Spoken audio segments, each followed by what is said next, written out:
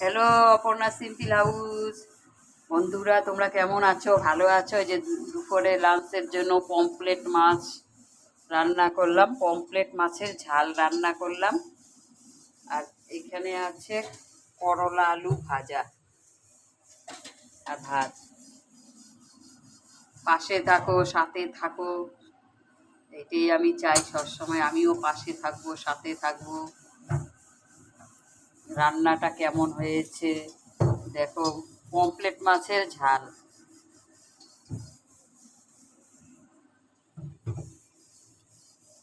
Like, comment, share, সবসময় support করো আমাকে, তাহলে আমি এগিয়ে যেতে পারবো। দুপুরের লাঞ্চের জন্য পমফ্রেট মাছের ঝাল।